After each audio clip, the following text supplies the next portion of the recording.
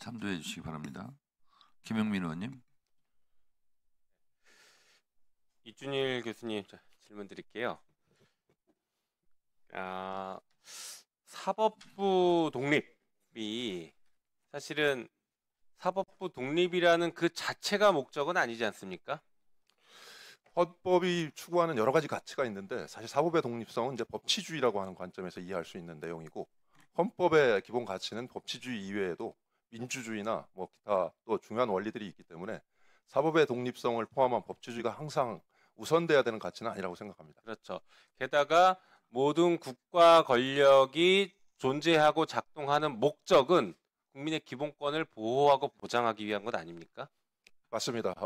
예. 다시 말해서 사법부의 독립도 국민의 기본권을 보호하기 위한 수단인 것이지 사법부 독립 자체가 목적은 아닌 것 같은데 동의하시죠? 맞습니다. 사법부는 뭐 당연히 헌법이 보장하는 재판을 받을 권리, 정확히 말하면 공정한 재판을 받을 권리를 보장하는 한도 내에서의 사법부의 독립성을 인정할 수 있다고 생각합니다. 맞습니다. 그런데 사법부가 재판이란 이름으로 기본권을 보호하지 않고 기본권을 오히려 침해했다라고 하면 그것은 사법부 독립의 대상이라기보다는 당연히 진상조사하고 기본권 침해에 대해서 확인하고 거기에 따른 법적 조치가 필요한 그런 사안으로 변환되는 것 같은데 어떻습니까?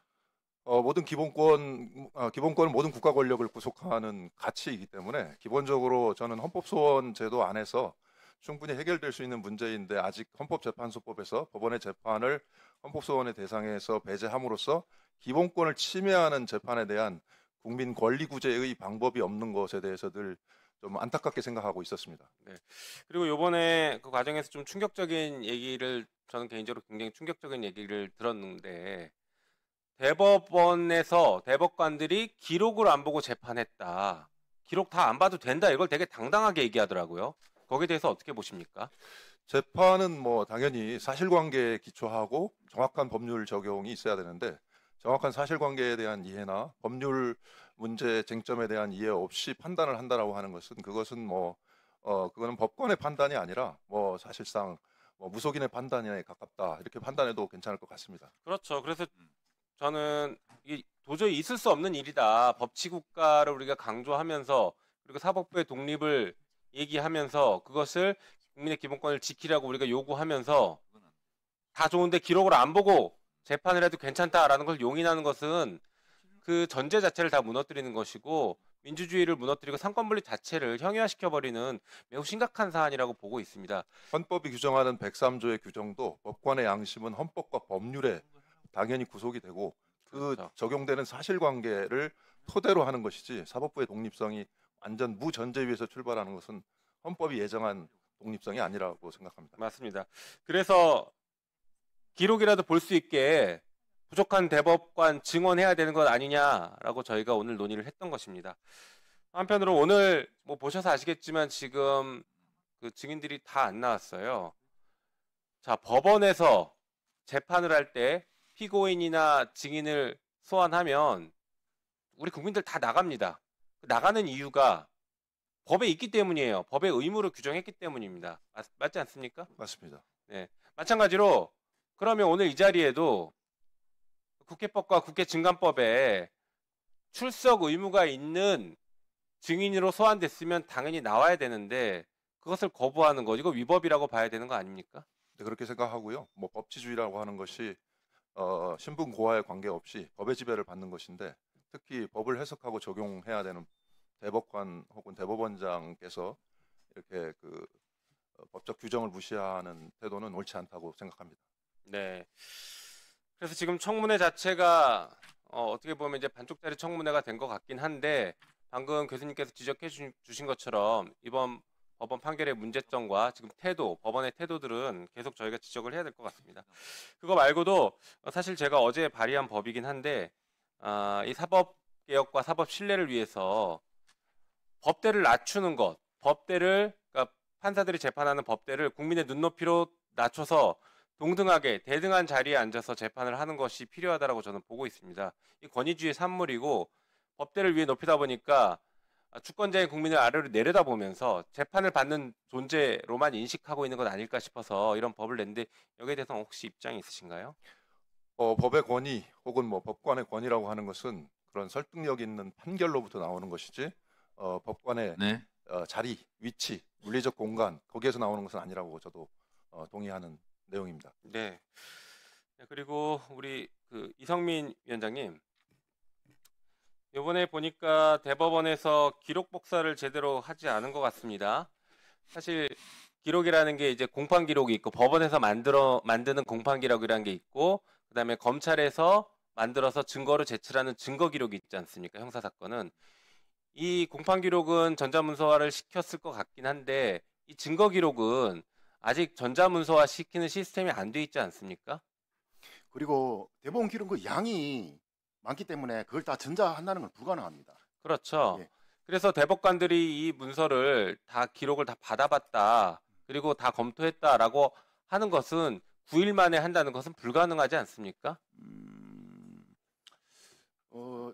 제가 대법원에서 제가 법원 공무원 생활을 20년께 했는데요. 대법원에서 이 민사 행사제법에서 일은 해보지 않아서 지인들을 통해서 좀 내용을 물어봤습니다.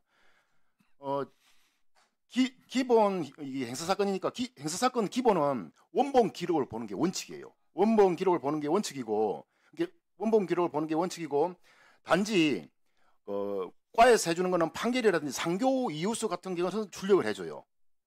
그리고 내용이 원체 방대하기 때문에 현실적으로 이것을 기록을 다 출력해서 준다는 것도 불가능합니다. 그리고 아까도 그 이야기가 논쟁에 좀 쟁점이 되던데요.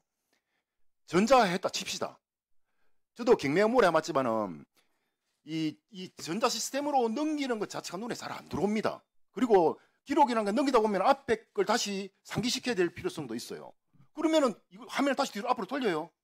그래서 기본적으로 중요한 부분들은 담당자들이 출력을 합니다. 출력을 해서 부전지를 붙여가면서 봐요.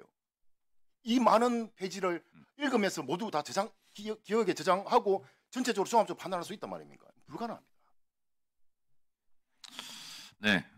위원장으로서 오늘 국회에 출석해 주신 여러분들께 감사 말씀 드리고 국회에서의 증언 감정 등에 관한 법률 제2조 증인 출석 등의 의무 조항을 다시 한번 읽어드리도록 하겠습니다. 국회에서 안건심의 또는 국정감사나 국정조사와 관련하여 보고와 서류 및 해당 기관이 보유한 사진, 영상물의 제출을 요구받거나 증인 참고인으로서 출석이나 감정의 요구를 받은 때에는 이 법에 특별한 규정이 있는 경우를 제외하고는 다른 법률에도 불구하고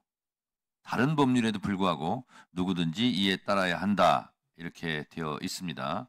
그래서 앞에 계신 증인 참고인들은 이 국회 증감법 2조를 충실히 따라주신 준법 정신이 투철한 분들이라 생각을 해서 감사 말씀 드리고 그에 반해서 법을 더 모범적으로 지켜야 할 증인들, 불출석한 증인들을 다시 한번 법의 이름으로 꾸짖으면서 그분들의 이름을 불러드리도록 하겠습니다.